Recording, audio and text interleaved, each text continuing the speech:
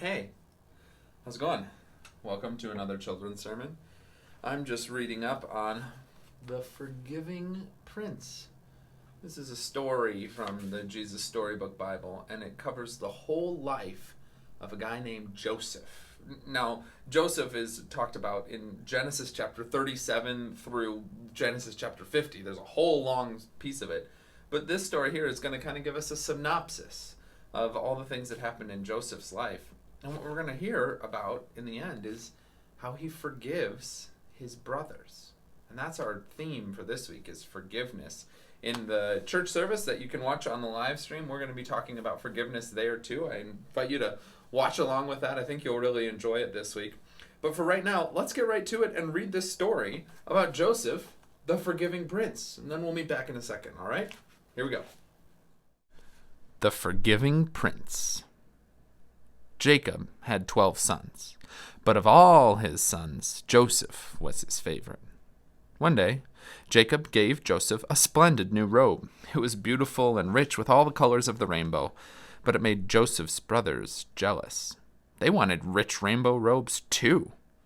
Then, to make matters worse, Joseph kept on having these special dreams. "I dreamed I was the greatest. I was king," Joseph told his brothers, "and you all bowed down to me."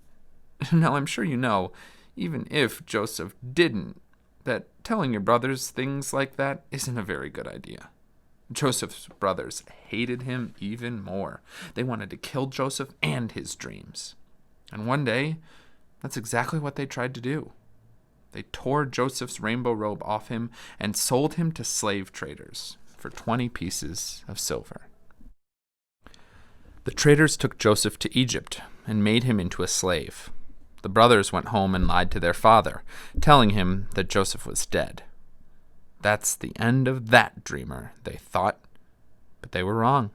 God had a magnificent dream for Joseph's life, and even when it looked like everything had gone wrong, God would use it all to help make the dream come true. God would use everything that was happening to Joseph to do something good. Meanwhile, though, things were not looking good for Joseph in Egypt. He was far from home and far from his dad. And then he got blamed for something he didn't do, and even though he had done nothing wrong, he was punished and thrown in jail.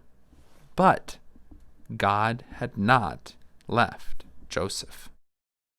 One night, Pharaoh, the king of Egypt, had a scary dream about thin cows gobbling up fat cows. What on earth did it mean? He didn't know. But Joseph was a dream expert, so Pharaoh sent for him. "It means a famine is coming," Joseph explained. "There won't be enough food." Pharaoh was so pleased by Joseph's skill that he immediately took Joseph out of jail and made him a prince. Now, back home, Joseph's brothers had run out of food, and everyone was hungry. God's special family was in danger. If they didn't get food soon, they would starve to death. So Joseph's brothers traveled to Egypt to buy food. They came and knelt before the new prince. His brothers didn't know that the prince was Joseph, but Joseph knew who they were. Joseph's dream, the one about his brothers bowing down to him, was coming true. "It's me," Joseph cried.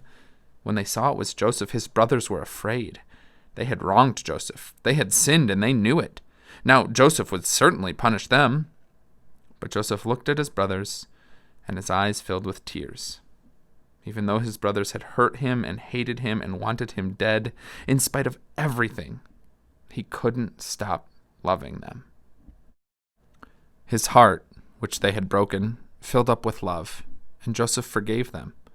Joseph threw his arms around them. "Don't be afraid," he said. "Behind what you were doing, underneath everything that was happening, God was doing something good. God was making everything right again." Joseph didn't punish them. He rescued them. He brought God's special family to live safely with him in Egypt. One day, God would send another prince, a young prince whose heart would break. Like Joseph, he would leave his home and his father. His brothers would hate him and want him dead. He would be sold for pieces of silver. He would be punished, even though he had done nothing wrong. But God would use everything that happened to this young prince, even the bad things, to do something good, to forgive the sins of the world. Uh-oh. Offensive foul. That's his sixth. 6 fouls on LeBron. He's out. 6 fouls. You're out of there. Oh my gosh, I can't believe he fouled out. There he goes. 6 fouls.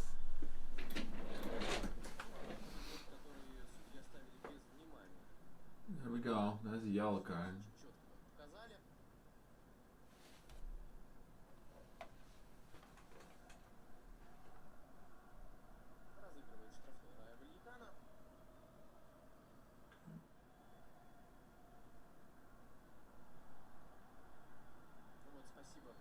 He just bucked up with his hand.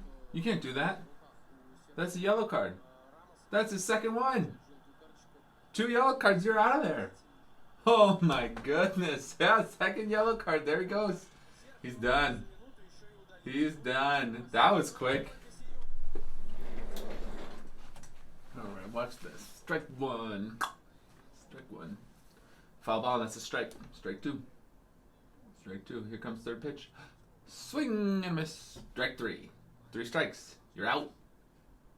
Here we go again. Strike 1. Ooh, foul ball. Strike 2. Ooh, got him. Strike 3. 3 strikes. You're out. Ooh, check swing. Strike. He went. Ooh, fouls it off. Strike 2. Strike 3. Strikes at the side.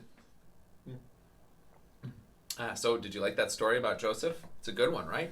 He forgives his brothers in the end. Can you believe that? And then the story makes mention, too, of how God comes to forgive the whole world. And this really doesn't fit with the way that we know how life works, right? Think about all those sports games that I was watching. In soccer, if you get 2 yellow cards, you're kicked out of the game. In basketball, if you have 6 fouls, you're done with the game.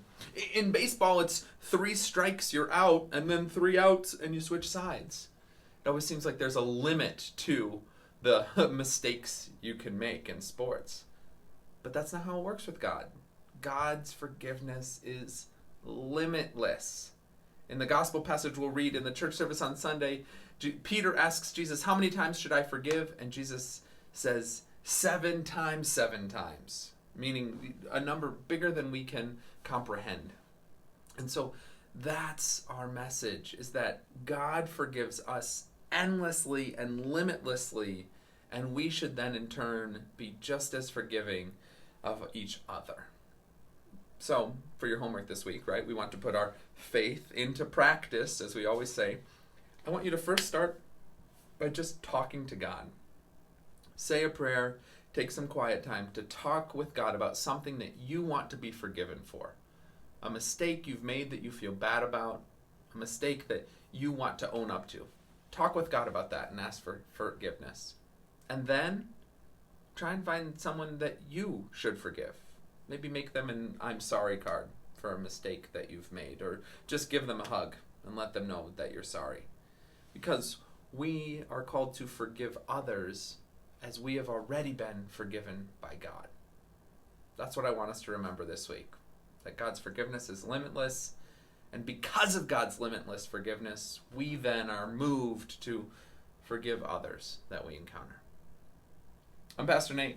This has been the Children's Sermon for this week. Thanks for watching. Take care, everybody.